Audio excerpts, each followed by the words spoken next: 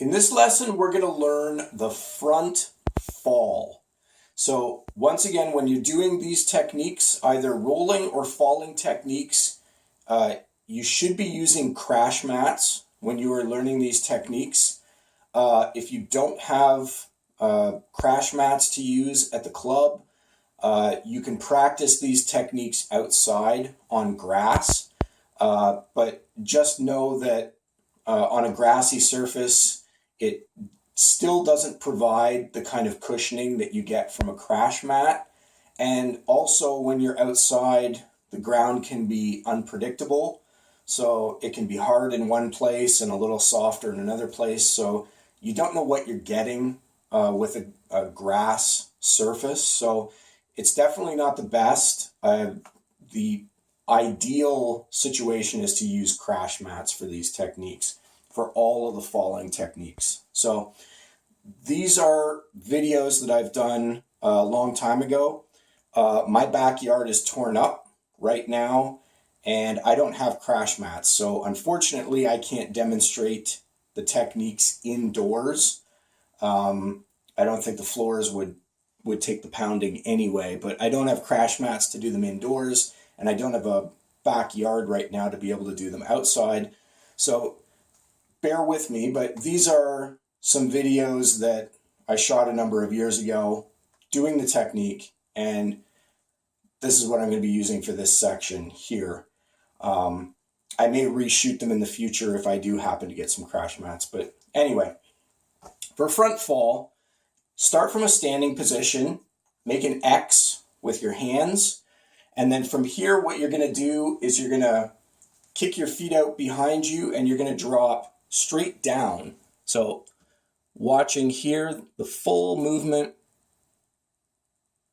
dropping down, and then you can see the finishing position right there. It's kind of similar to a push-up position, except your legs are spread wider apart. You notice that I've landed on the ball of my feet. So I've got my toes are bent. So I'm landing on the balls of my feet. And you can see that I'm using my hands and my forearms to absorb that impact.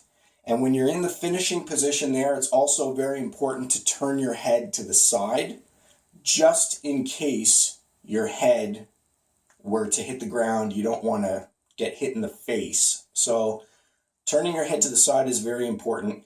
And then you can see that in the finishing position, my stomach, my chest never touches the ground. It's just my hands, my forearms, and the balls of my feet that are touching the ground. So watching this again, so I'm going to bring it back, dropping down, and you can see here I'm coming down pretty gently again because it's grass. It's not a proper crash mat, but that's all there is to it. So kick the legs out, drop your hands down, and try to get hands and feet to hit the ground at the same time. So if you want to absorb the impact in the safest way possible, try to get your hands and your balls of your feet to hit the ground simultaneously. And then bring yourself down, allow your arms to bend as you fall to absorb that impact. But that is front fall. So I can show this from a side view as well. We've got side view. And here you can see it. That was very quick, but here you can see starting with your hands crossed, standing position,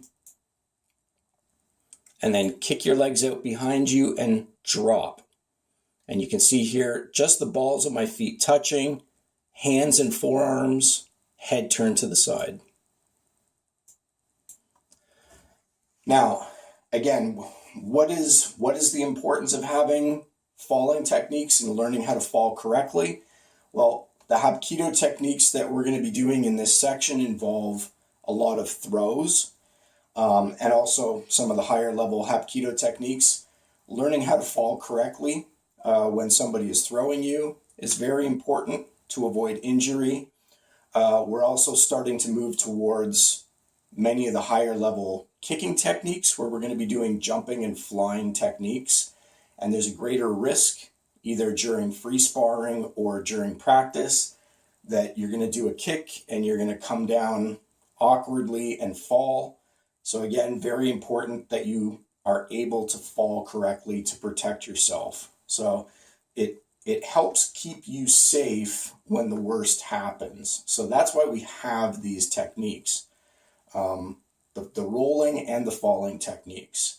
So very important to learn them, and very important to start off slow, start off basic, and make sure that you're working with mats if at all possible.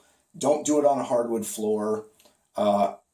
I don't even recommend really doing it on grass. I did it on grass because I didn't have any other alternative at the time to be able to do them. And even grass is not ideal. It's okay, but it's not great to be practicing these techniques on. And you should have, again, a qualified instructor that is teaching and watching you do these techniques, supervising while you do them.